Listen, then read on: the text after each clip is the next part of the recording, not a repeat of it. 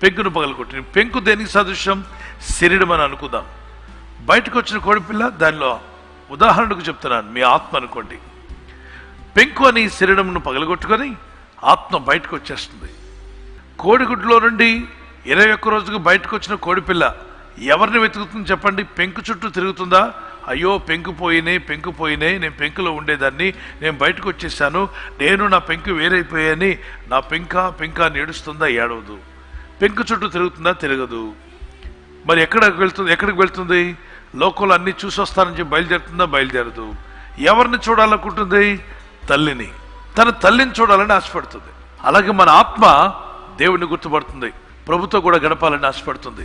మనుషులున్న ఆత్మ యెహోవా పెట్టిన దీపం అని సామెత 20:27 రాయబడింది.